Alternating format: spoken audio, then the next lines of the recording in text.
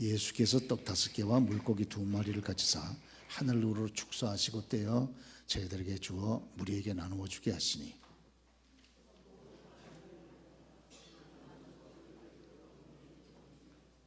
예수께서 따로 기도하실 때에 제자들이 주와 함께 있더니 물어 이르시되 무리가 나를 누구라고 하느냐?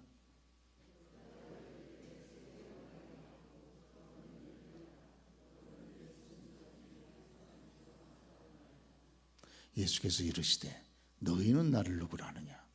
베드로가 대답하여 이르되 하나님의 그리스도 신이이다 하니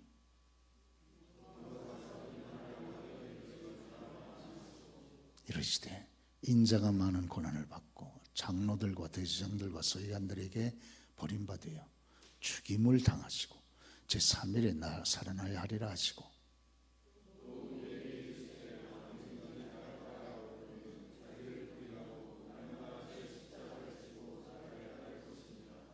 누구든지 제 목숨을 구원하고자 하면 잃을 것이요 누구든지 나를 위하여 제 목숨을 잃으면 구원하리라.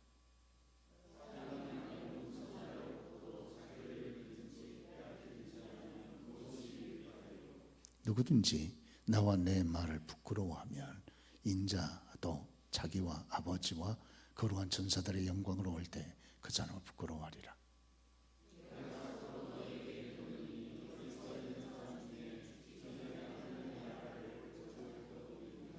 아멘. 기록된 하나님의 말씀입니다. 오늘 2월 셋째 주 복된 주일 아침 시간입니다. 저는 오늘 이 아침 시간에 은혜 받은 후에 그런 제목으로 잠깐 말씀을 드리도록 하겠습니다. 저희가 하나님께서 허락해 주셔서 지난 주간에 3박 4일 신년 성회를 주님의 은혜 가운데 가졌기 때문에 이제 하나님께서 저희 교회에 은혜를 허락해 주셨습니다. 말씀을 붙잡게 하시고 또 증거되는 말씀을 통해서 하나님의 사랑을 깊이 깨닫고 저와 여러분 힘을 얻게 됐습니다. 그래서 이제 이와 같은 귀한 하나님의 은혜를 받은 이후에 저와 여러분들이 어떤 삶의 자세를 가지고 열매를 맺어야 되겠는가 하는 것을 좀 잠깐 주의 말씀을 통해서 생각을 해보고 싶습니다. 특별히 오늘 본문의 말씀은 우리 주님께서 베스다 광야에서 갈릴리 호수 곁에 있죠. 굶주린 장정만 5,000명 분들에게 오병이어 보리떡 조그만 거 5개 또 멸치 같은 2개 조그만 그런 생선을 가지고 5,000명을 먹이고도 12광주리가 거두게 하는 이런 놀라운 기적을 저와 여러분들이 잘 알고 있지 않습니까? 특별히 이 사건은 얼마나 소중한지 사복음서에 다 기록되어 있습니다.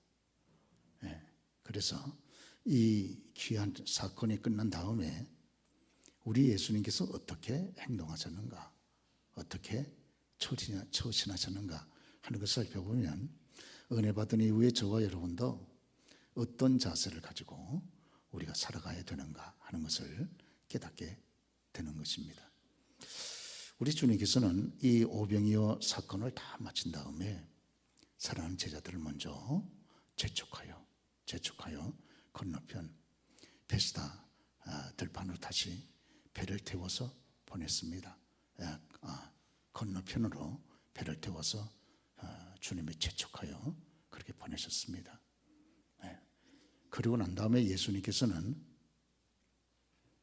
산으로 올라가셨죠. 왜? 기도하시기 위해서. 그래서 우리가 여기 마태복음 동일한 사건을 기록하고 있는 마태복음 14장을 보면 예수께서 즉시 제자들을 재촉하사 자기가 무리를 보내는 동안에 배를 타고 먼저 건너편으로 가게 하시고 무리를 보내신 후에 기도하러 따로 산에 올라가시니라. 지금 주님께서 5,000명에게 이렇게 떡을 다 일일이 떼어서 나눠주신 다음에 육신적으로 보면 얼마나 피곤하시겠습니까? 주님도 쉴만도 하신데 저희들을 먼저 배를 태워서 건너편으로 보내신 다음에 주님은 따로 홀로 산으로 깊이 들어가셨는데, 그 이유를 오늘 사복음서 기자들은 기도하시러 그렇게 들어가셨다, 이렇게 말씀을 하고 있습니다. 오늘 은혜 받은 이후에 우리 주님께서는 거룩한 구주가 되실 뿐만 아니라 우리들의 스승이 되시고 교사가 되시기 때문에 주님은 그의 행동을 통해서 저와 여러분들에게 깊은 교훈을 주겠어요. 그것은 은혜 받은 이후에 우리가 필시 해야 될 일은 첫째가 기도를 해야 된다고 하는 것입니다. 그래서 오늘 우리 주님께서 무리를 보내신 이후에 우리가 성경, 오늘 본문 성경 보면 25절에 밤사경까지 밤새도록 산에서 기도하셨다, 이렇게 되어 있습니다.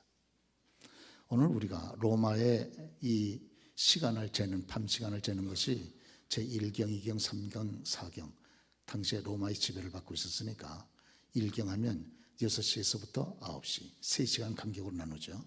2경 하면 9시부터 12시, 3경 하면 12시부터 오후 새벽 3시, 4경 하면 새벽 3시부터 6시까지. 그러니까 거반 6시가 다 될 때까지 새벽 밤새도록 주님께서 산에서 깊이 기도를 하셨다고 하는 것입니다. 그렇죠. 이것은 저와 여러분들이 주시는 교훈이 굉장히 큽니다. 은혜를 받았습니까? 받은 것으로 만족하지 말고 성령의 감동을 받으셨습니까? 그래서 우리의 심령에 거룩한 은혜의 불이 붙었습니까? 그것으로 만족하지 마시고 이 불이 점점 더 크게 타오를 수 있도록, 특별히 은혜가 있는 곳에 마귀의 시험도 있지 않습니까? 그러니까 이와 같은 마귀의 시험을 우리가 이기기 위해서라도, 그리고 이 은혜를 깊이 유지하기 위해서라도 필시 필요한 것은 우리가 하나님 앞에 더 나아가서 기도하고, 또 기도를 하되 주님처럼 기도를 좀 더 깊이 하는 시간이 우리들에게 필요하다고 하는 것입니다.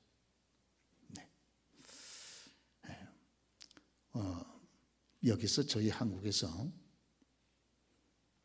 미국까지가 상당히 먼 거리 아니겠습니까? 비행기를 타도 13시간 이상 갑니다. 그건 굉장히 먼 거리죠.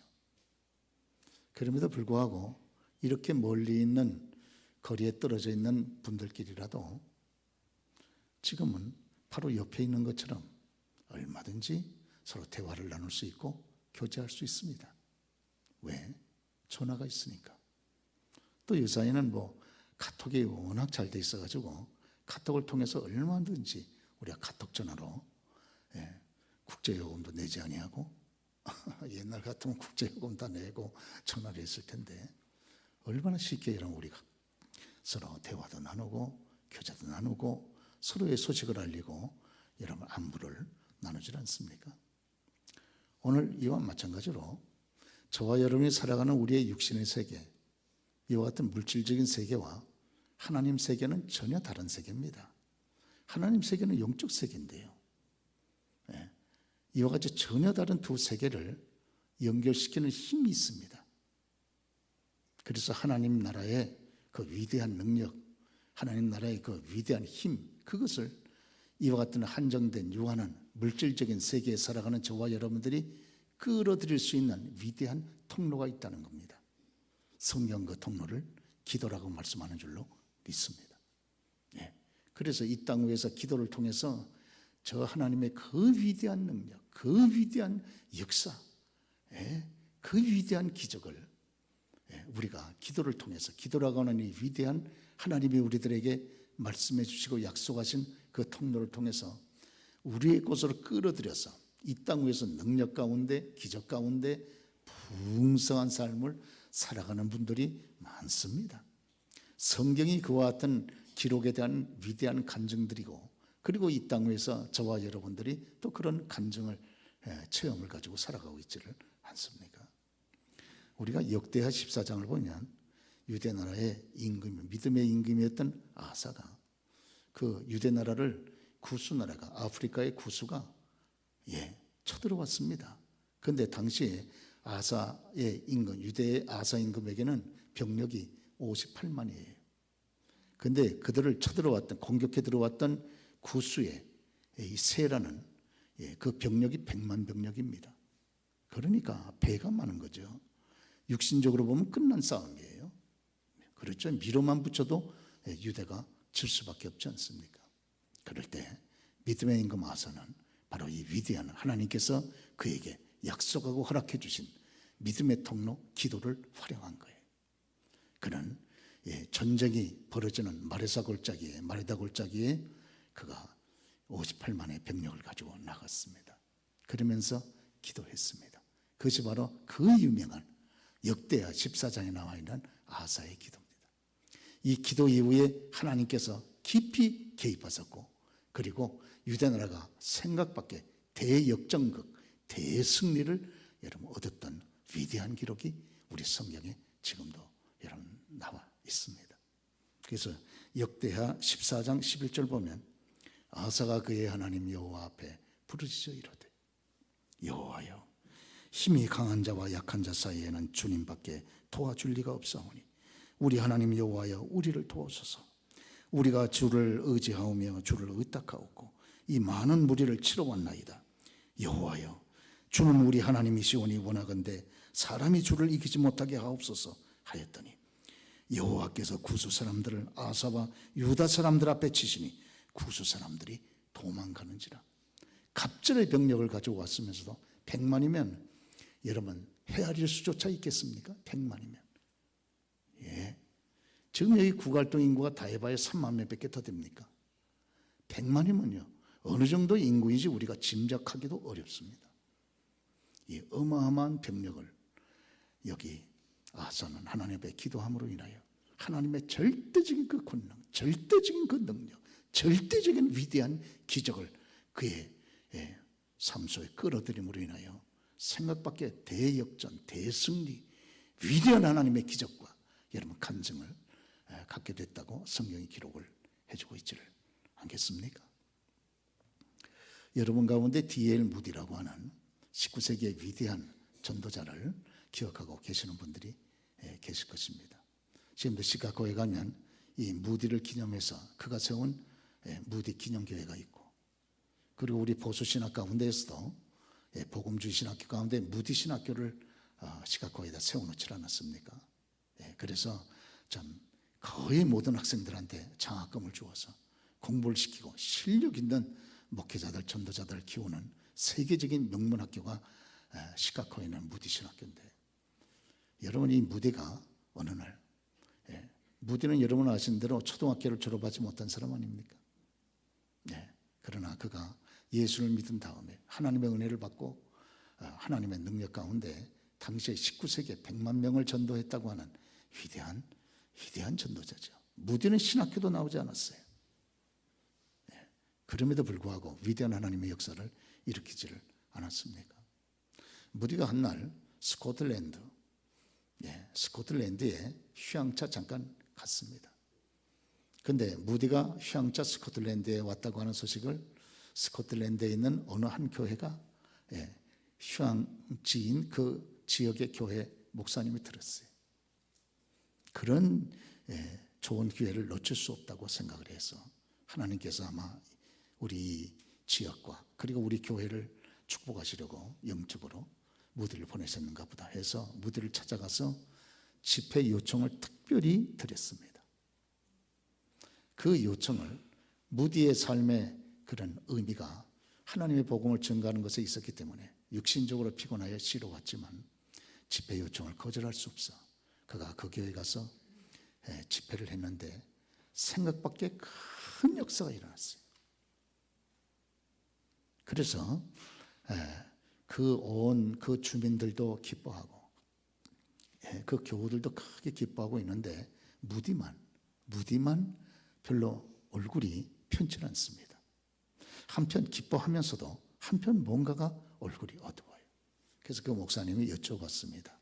이렇게 큰 역사가 일어났는데 무디요, 왜 당신의 얼굴은 이렇게 우리가 기뻐하는 것만큼 기뻐하지를 않으십니까? 그런데 무디가 그때 하는 말이 무엇이든지 하나님께서는 심지 않은 데서 거두게 하는 것이 아닌데, 심은 곳에서 거두게 하시고 심지 않은 곳에서 거두지 않게 하시는 것이 하나님의 영적인 법칙이고 섭리이신데, 나는 이 집회를 위해서 전혀 기도하지 않았는데 이렇게 크고 위대한 그런 열매가 나타나고 부흥의 역사가 나타나고 은혜가 내려온 것에 대해서 난 너무 하나님 앞에 송구스럽고 죄송합니다. 내가 기도로 심지 않았는데, 준비하지 않았는데 어찌 이런 큰 위대한 부흥의 역사가 나타난다는 말입니까? 그럴 때 그 교회 목사님이 무디한테 얘기했습니다. 무디요, 저희 교회에 17년 된 전신마비 환자가 한 사람 계시는데 10년 전에 당신께서 미국에서 큰 대부흥 역사를 일으킨다는 소식을 듣고 그 하나님 앞에 10년 전서부터 기도하기 시작했습니다. 무디 같다는 위대한 부흥사, 뜨거운 하나님의 종을 우리 지역에도 보내사 우리가 그의 입술을 통해 증거되는 말씀에 은혜 받게 하옵소서. 그래서 10년 동안 그렇게 하나님 앞에 기도했다는 거예요. 오늘 당신께서 이곳에 마침 휘양을 오고 우리 교회에 오셔서 이런 위대한 부흥의 대역사를 일으킨 것, 바로 이분의 10년 동안의 간절한 그런 기도의 결과입니다. 열매입니다. 그 소리를 들으니 무디가 얼마나 감동이 되겠습니까? 그래서 무디가 다른 일정을 제쳐두고 그 환자를 찾아갔어요. 전신마비 환자이기 때문에 꼼짝 못하고 병상에 누워있는 그 환자를 찾아갔습니다. 벌써 그 환자의 병실에 들어가니까 성령의 임재와 감동이 충만하더라는 거예요.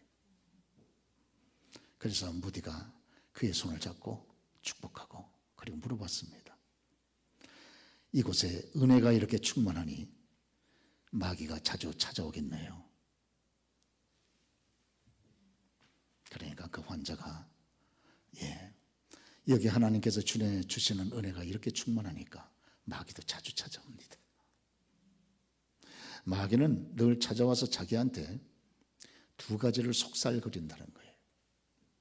그에게 무엇보다 먼저 하나님은 계시지 않는다. 그러면서 마귀가 하는 말이, 만일 하나님이 계신다면 너를 17년 동안 이렇게 전신마비 환자로 그대로 방치해 두시겠느냐. 상식적으로 맞는 말이죠. 그런데 또 마귀가 말을 바꾸어서, 마귀는 거짓말쟁이기 때문에 이랬다 저랬다 하는 거죠. 하나님은 살아계신다. 그러나 하나님은 너를 사랑하지 않는다. 왜? 만일 하나님이 너를 사랑하신다 그러면 17년 동안 이 땅에 허구 많은 사람들이 하나님을 의지하고 그리고 병치료를 받았는데 너만 이렇게 17년 동안 전신마비 환자로 내버려 두시겠느냐. 하나님은 너를 사랑하지 않는다. 속살거리더라는 거예요. 그때 이 전신마비 환자가 십자가를 붙들고, 주님의 사랑은 지금도 십자가를 통해서 나에게 이렇게 철철 넘쳐 흐르고 있는데, 사탄아, 나를 십자가에서 죽기까지 사랑하사 나를 구원하신 그리스도 예수의 이름으로 널 저주하노니 물러가라. 그리고 여러분 축사하고 내쫓아 저주했다고 하는 것이에요. 무디가 그의 말을 듣고 깊은 감동을 받았다고 하는 일화가 지금도 전해져 내려오고 있습니다. 오늘 우리 예수님께서 이렇게 오병이어 대사건을 마치신 다음에 오늘 먼저 산에 올라가셔서 밤사경, 밤새도록 깊이 기도하셨습니다. 오늘 사랑하는 교회 여러분, 은혜를 받으셨습니까? 여러분의 은혜 받는 현장, 삶의 현장 속에 마귀가 반드시 찾아옵니다. 그렇죠?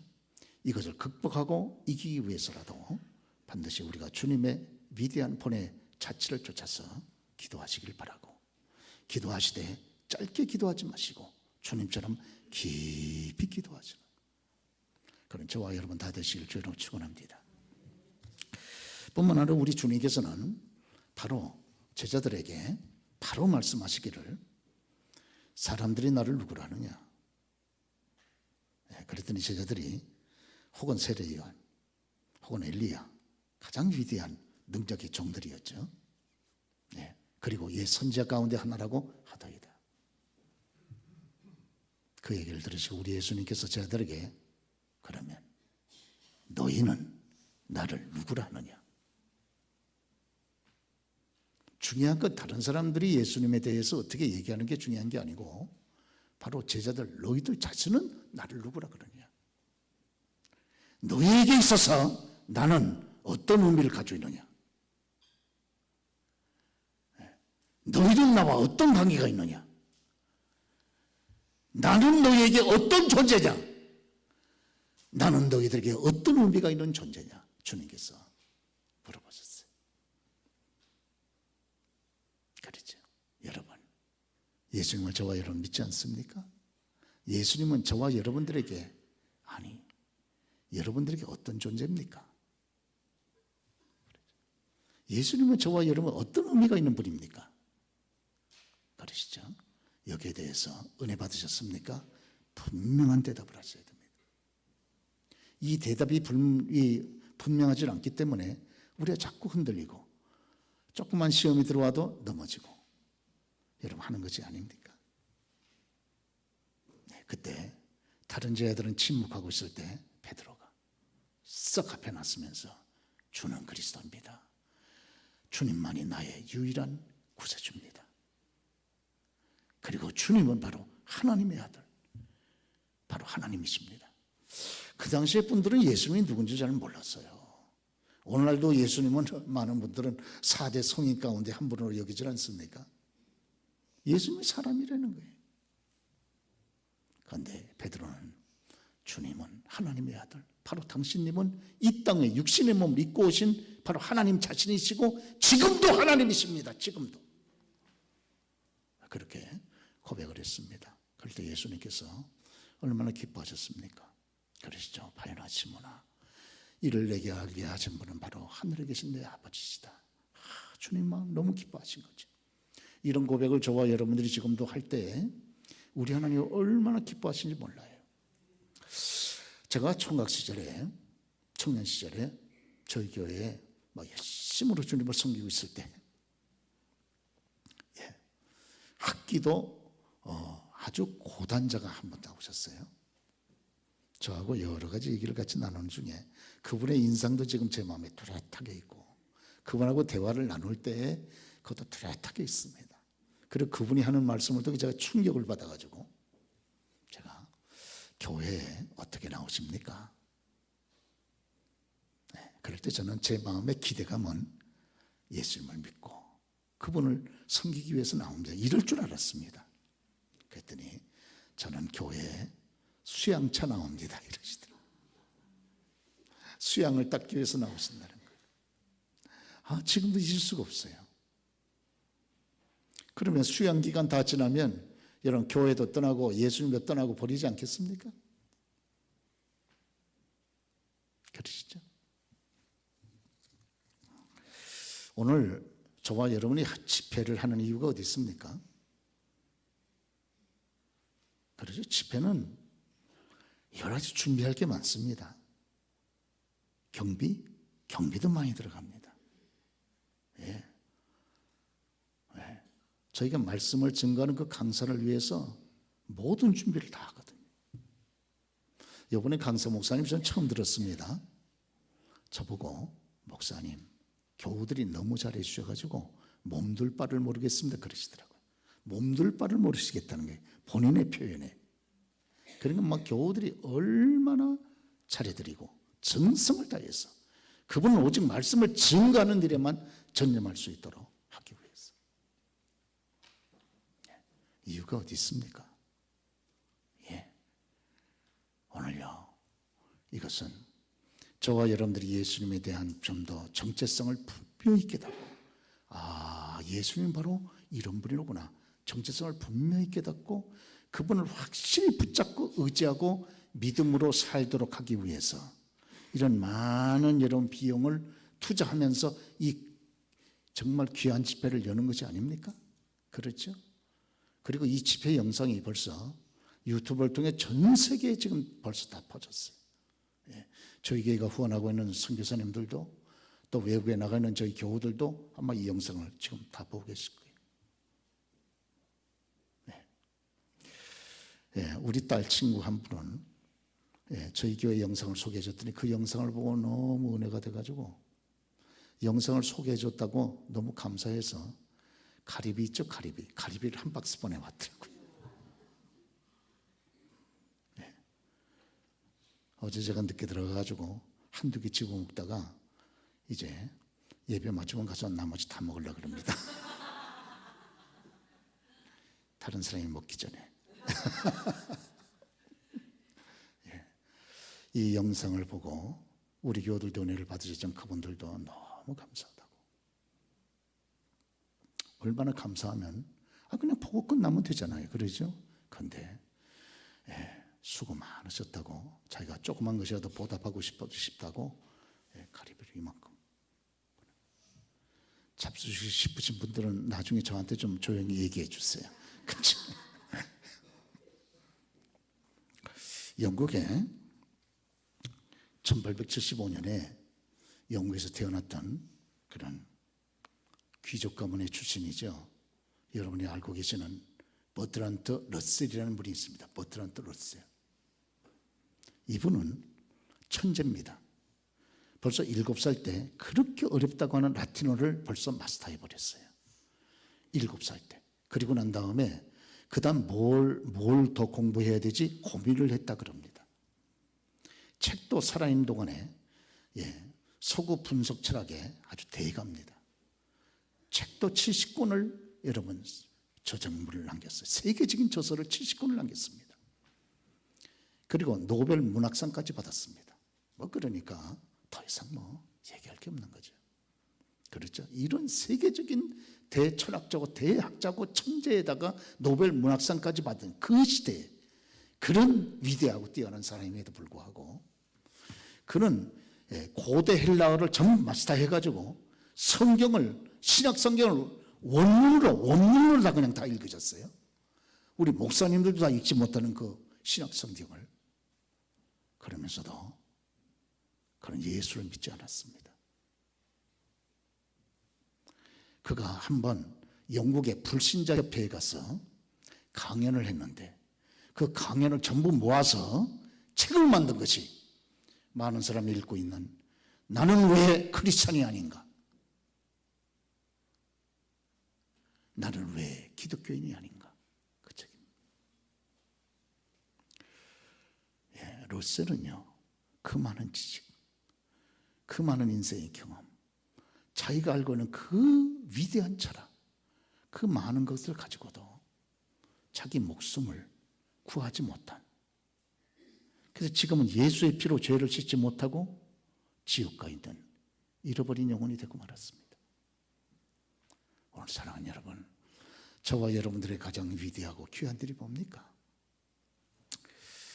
저희 교회가 2주 전에도 또 저희 교우의 가족이 소천하셔서 가서 함께 슬픔을 같이 위로하고 왔습니다. 또 지난 주간에도 또 저희들 말씀드린 대로 불과 43살밖에 되지 못한 그런 분을 또 저희들이 가서 위로하고 참았습니다.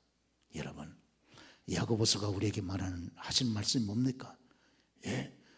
들으라! 너희 인생이 무엇이냐? 저와 여러분의 인생이 뭐냐는 거예요. 그러면서 너희 인생은 잠시 보이다가 사라지는 안개니라. 안개 아시죠, 여러분?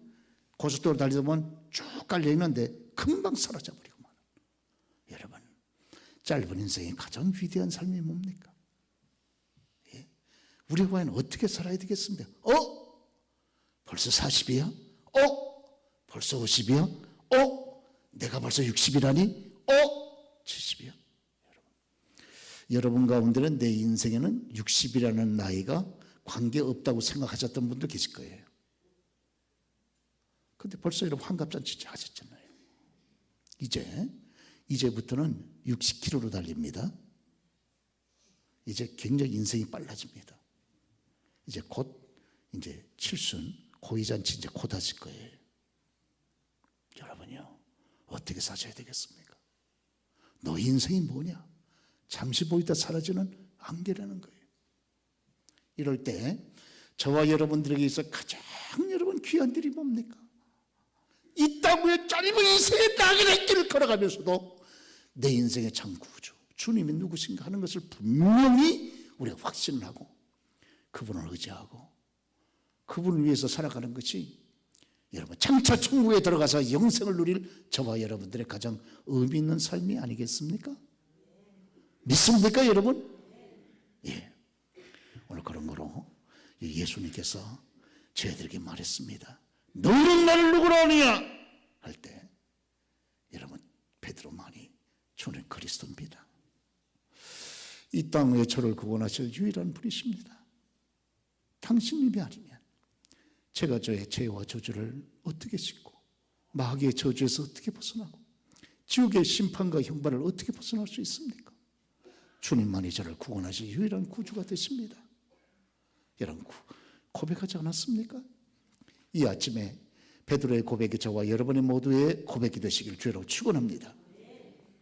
우리가 찬송가 94장 보면 밀러라고 하는 분이 목소리가 너무 좋으신 분인데 그분이 믿음의 사람입니다. 그래서 자기의 목소리를 가지고 세상의 노래를 부르면서 많은 돈을 수익을 얻을 수 있지만 그는 자기의 목소리를 가지고 구원하신 자신을 구원하신 그리스도를 높이는 아름다운 찬송 작사를 하고 그리고 찬송을 부르면서 주께 영광을 돌렸습니다. 그게 바로 94장에 있는 주 예수보다 더 귀한 분 없네. 가사에 보면 그리스도는 내 행복보다 내 명예보다 나의 모든 삶의 가치보다 그리스도 예수는 가장 귀한 분이시다. 그걸 찬송하지 않습니까? 주 예수보다 귀한 분 없네.